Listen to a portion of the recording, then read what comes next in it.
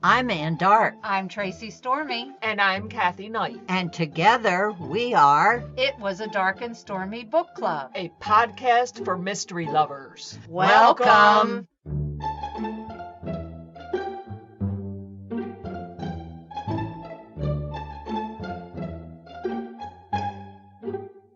If you enjoy our show, please consider contributing to the Dark and Stormy Patreon. By becoming a patron, you will help us create better and quality content. There are also benefits to becoming a patron, such as exclusive content and Dark and Stormy merchandise. Become a supporter at patreon.com/darkandstormybc. Check our website for the link. We appreciate any and all contributions. Thank you. We would like to welcome Ange Pompano, who is nominated for an Agatha for its best first novel, When It's Time for Leaving. Welcome, Ange. Well, thank you, Ann and Tracy and Kathy. It's really great to be here, and I'm so honored that you asked me to do this interview. Mysteries are the most popular of genre fiction. What about it makes it so popular that it found its way into the academic world? I think it found its way into the academic world because it shows people at their best in the face of adversity. That's kind of a fitting theme right now with what's going on in these stressful times when we see so many people stepping out to help out. My wife jokes a lot of times when she goes, I don't know about going to those mystery conventions. Everybody's thinking about murder. That's not true. I think that people who read mysteries like to see the world coming back to the way that it should be when it's been set off kilter by some criminal or by somebody that's doing something evil. So as flawed as the detective might be, they always are trying for one goal, make the world right. Many years ago, I took a seminar facilitated by Professor Paul Fry, who actually teaches detective fiction at Yale University. And the paper that I presented was a cross-curriculum unit teaching crime fiction to middle school students using Agatha Christie's Miss Marple Tells a Story. Now, if you think about it, crime fiction engages every part of the curriculum. Problem solving, forensic evidence, social science, visual and auditory discrimination, and reading comprehension. So that's why I think it's appropriate to teach this even in a middle school setting. And if we could teach every student to use the logic and the intuition that Miss Marple has, we'd have the greatest educational system in the world. So I think that's why it found its way into the academic world. You've been writing mysteries for more than 20 years, and you've made the jump from short stories to full-length novels. What challenges did you have to navigate to make that switch? There were challenges. Writing a short story isn't easy either. When you write a short story, you have to be very concise. It has to be tight, and every word has to count. Very similar to when you write a newspaper article. That's why I think in some ways it is more difficult to actually write the short story than it is to write a novel. But the novel has other things about it that make it difficult. In the novel, you have more time to develop your characters, and you can have time to convince the reader that they should like your protagonist. Someone described my writing as spare. I think they meant that as a compliment. And that's because of my short story background. I try for an economy of words. When you're writing a short story, you have just that one main character that's told through his or her point of view. When you have the novel, you could have multiple points of view. But again, because of my background, when I wrote When It's Time for Leaving, I kept it in the first person with that single point of view. Now, right now, what I'm doing is I'm writing another book, and I'm trying to use multiple point of views. To be honest, it's a little bit challenging because I do have this freedom to have more than one, and I'm not used to that. Then, too, there's the time that's involved in writing a novel. The short story, you could write it in a few days to a few weeks, but a novel, it takes a good year, sometimes more, between the researching, the writing, rewriting, editing, rewriting it again. I think that that's the reason why when a lot of authors have their book release, they call it the book birthday because it's almost like giving birth. It's taken that long. Some of the other differences would be in a short story, the protagonist deals with one major problem and there's a single solution. Whereas in the book, I had the freedom of having a mystery within a mystery.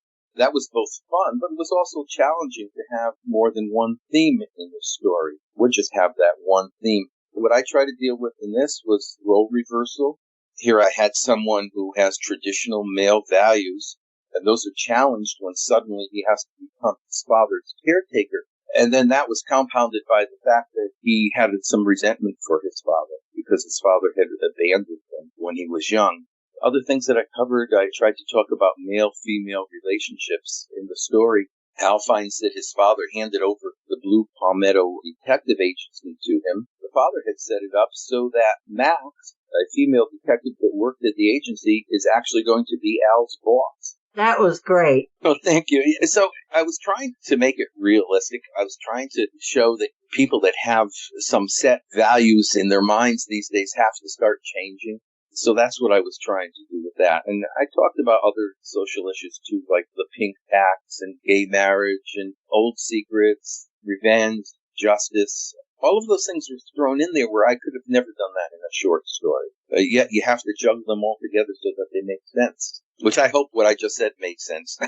Yes, it did. Of course, there's a very famous song, Ramblin' Man. Yeah. Did the lyrics in the song give you the idea for the title? Yeah, it gave me the idea for the title, not the idea for the book. I wrote the book first. The book is a traditional mystery, not a cozy, in my mind at least. But I like cozy titles. I find them really clever. I didn't want to have a cozy title for this because it's not a cozy. In fact, the book had a few other titles. One of them was the Savannah Bridge and a few other things, and none of them really worked. I've always admired Hallie Ephron's title. You'll Never Know, Dear is one. There Was an Old Woman is another. Night, night, sleep tight. I like that idea, using a phrase that is familiar to people. I was thinking, well, they're not going to remember my name, but maybe they'll remember the title of the book if it's something familiar to them. So I was looking for something like that. Then I hit upon When It's Time for Leaving. I knew that Greg Allman lived in the area of Savannah. He's not part of the book. There's a slight reference to him in one place. That got me to thinking about the song.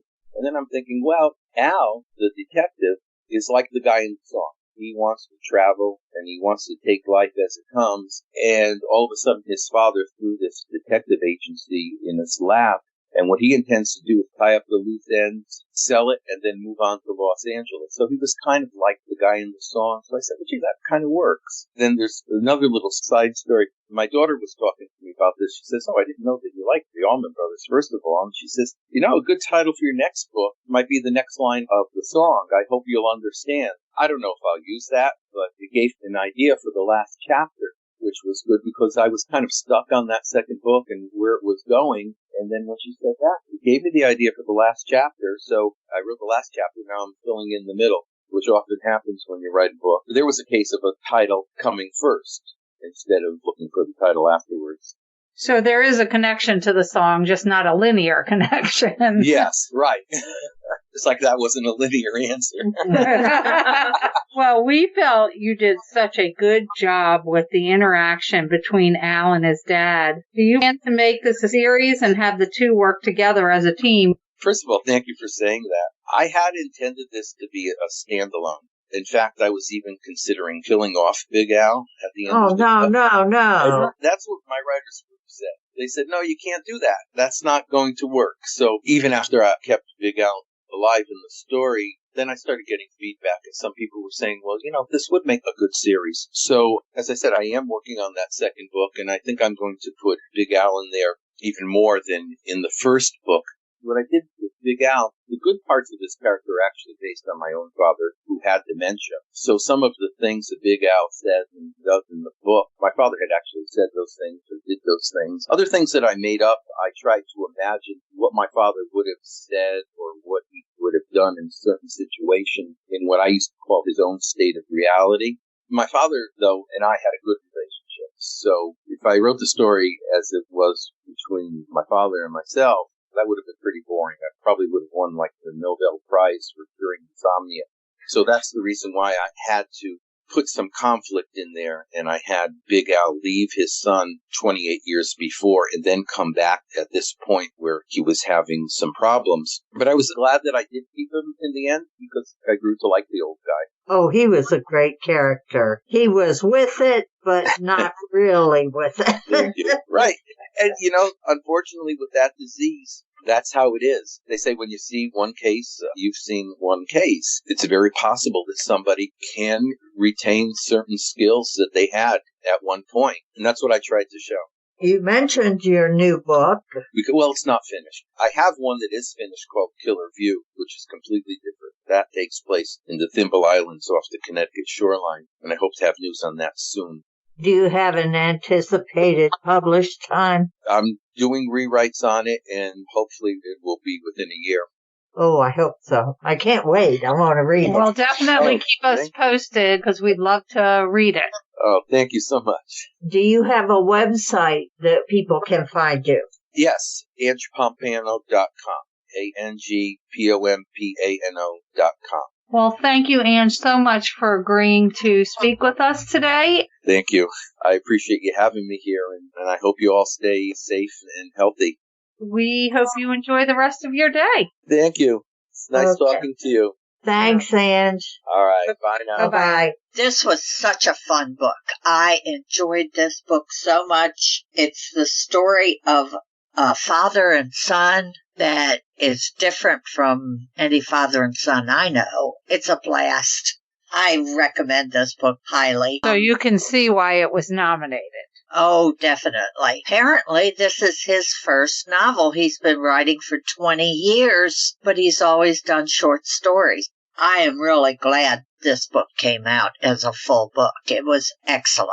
Yes, he talked in the interview about making the switch from short stories and the challenges that he needed to overcome. Later on in this episode, we'll be interviewing Shawn Reilly Simmons, who was nominated for a short story. She also touches upon that, and I'm just amazed at how they can fit everything into such a small space. But then, like Ange did, then take that and then expand upon it. I just don't have that kind of talent. I don't either. I can read. That's my superpower. I tell you one thing that Ange talked about. I tell you one thing that just really wowed me was the fact that Ange has used Agatha Christie as a teaching tool. What an amazing tool. He's absolutely right. It does touch upon all the curriculum as far as problem solving, social science, reading comprehension. I tell you, I would have loved if one of my teachers would have done that. I wouldn't have gone home. I would have been a better student. Let's put it that way. I think so too. And I would have been after class saying, okay, well, what about this? And what? I had a favorite teacher in high school and also one in elementary school because they were very creative in the way that they taught whatever subject it was. Those two teachers stand out in my mind especially, and I think Ange would have been among that group. My favorite teacher put paper over the window and let us smoke in class. So. And what grade? 11th or 12th. Okay. Wow. That was my favorite. That was history class. I always looked forward to history class because we could smoke. That's different. Any type of teacher that encourages creativity and especially the joy of reading. We wish Ange Pompano all the best and lots of luck with his Agatha nominee, and we'll be waiting patiently to see who the winners are. And now, enjoy our interview with Shawn Reilly Simmons. We would like to welcome Shawn Reilly Simmons. She is nominated for an Agatha for her short story, The Last Word. Welcome, Shawn. Hi, thanks for having me. I appreciate it. Your short story, The Last Word, is a complex revenge story and a little over 2,100 words. Is there a little bit of personal revenge fantasy going on in this story? I love that question. I don't have anyone in my life that I need to take revenge on currently at the moment, which is good. But I think a piece of the story has to do with a bad review. That's sort of how it gets kicked off. No matter what job we have, especially if you're creative, you get bad reviews. It just is part of it. It just depends on how you take it. I've read things about where a lot of my author friends will get a bad review or 2 or 3 and they really think it impacts their sales. They kind of obsess over it. So I really was kind of working off of that kind of mojo thing. My husband laughs at me because when I get a bad review, I think they're funny. I find them amusing. And a lot of times there's something in there. I'm like, oh yeah, well they kind of have a point. And luckily I haven't gotten a tremendous amount of those. The first one I ever got was a 1-star review and we were in the car together. He says, don't read it. Don't read it. I said, well, I'm going to read it. It was obviously a person that didn't speak English.